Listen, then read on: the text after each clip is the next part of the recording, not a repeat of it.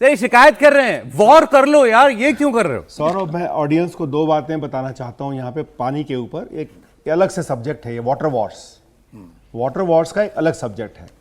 अब हिंदुस्तान के लिए बहुत जरूरी है क्योंकि हम हैं अपर रिपेरियन स्टेट्स, क्योंकि जितने माउंटेन्स हैं वो हमारे एरिया में पड़ते हैं और पानी उनसे जो बारिश होती है पानी बह करके पूरा नीचे चला जाता है।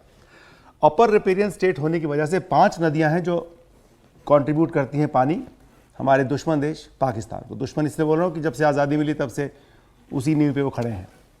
तो उसके लिए ज़रूरी यही है कि हम इस पानी को, बड़ा अच्छा सवाल था बेटे तुम्हारा, और ज़रूरी यही है कि इस वाटर वॉर्स को हम डेवलप करें और ज़्यादा।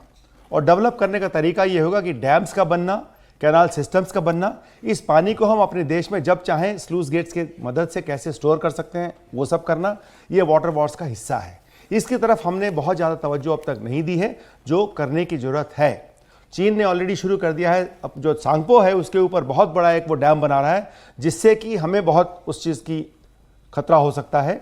उस तरह की चीज़ें हमें करने की आवश्यकता है। ये पॉइंट 1। सेकेंड पॉइंट ये है कि जरूरी नहीं है कि आप इस पानी को स्टोर कर पाओगे तभी वाटर वॉर्स को इफेक्टिवली ज़मीन पर डाल पाओगे। अगर आप पानी के टाइमिंग्स को भी अगर वेरी कर देंगे तो नीचे की सारी फसलें बर्बाद हो जाएंगी।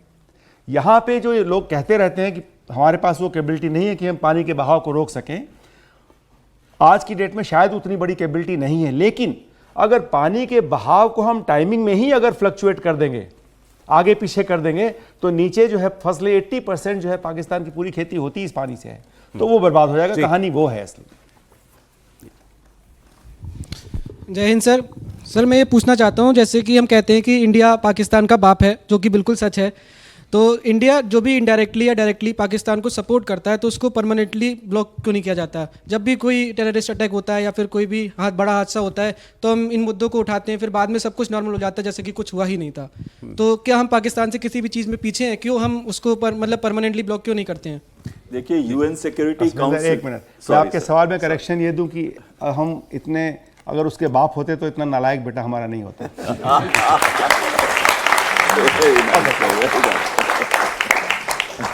चलो, डिप्लोमेटिक एम्बिशंस हम बंद कर देते हैं। अब हमारा डायलॉग होगा, अब नहीं होगा। अब हमारा व्यापार होगा, अब नहीं होगा। तो वही सवाल है कि क्यों करना है ऐसे देश के साथ ताल्लुक, क्यों रखना? देखिए, यूएन सिक्योरिटी काउंसिल में 5 परमानेंट मेंबर्स हैं जिसमें एक चीन है। तो जब भी हम कोई मेजर डिसीजन लाना चाहते हैं यूएन सिक्योरिटी काउंसिल के अंदर, तो या तो चीन वीटो कर देता है, जैसे कि हमने ग्लोबल टेररिस्ट की जब बात की थी, या फिर उसको मॉडरेट कर देता है उसको, जैसे कि अभी किया उन्होंने मॉडरेट। मैं आज देख रहा था, आप लोग पहले वो सुन रहे थे उस वाले डिस्कशन को भी।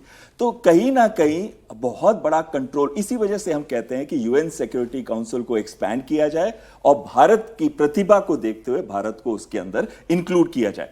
पहले तो ये एक इंपॉर्टेंट चीज है। दूसरी चीज ये नहीं है, देखिए आतंकवाद जो होता है ना, वो एरिया ऑफ डिनाइबिलिटी पे रहता है।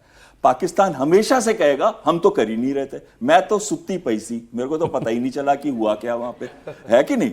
हाँ, यही पाकिस्तान बोलता है। लेकिन साथ में ये डिनाइबिलिटी ज्यादा दिन इसलिए नहीं चलती क्योंकि इसमें ओवरग्राउंड सपोर्ट और बिहाइंड द सपोर्ट और टेक्निकल इंटेलिजेंस, और बाद में जब हम इंटेरोगेट करते हैं सभी वर्कर्स को तो हमें क्लियर पिक्चर नजर आ जाती है। इस बार भी अगर आप देखें तो इसमें 2 किरदार हैं।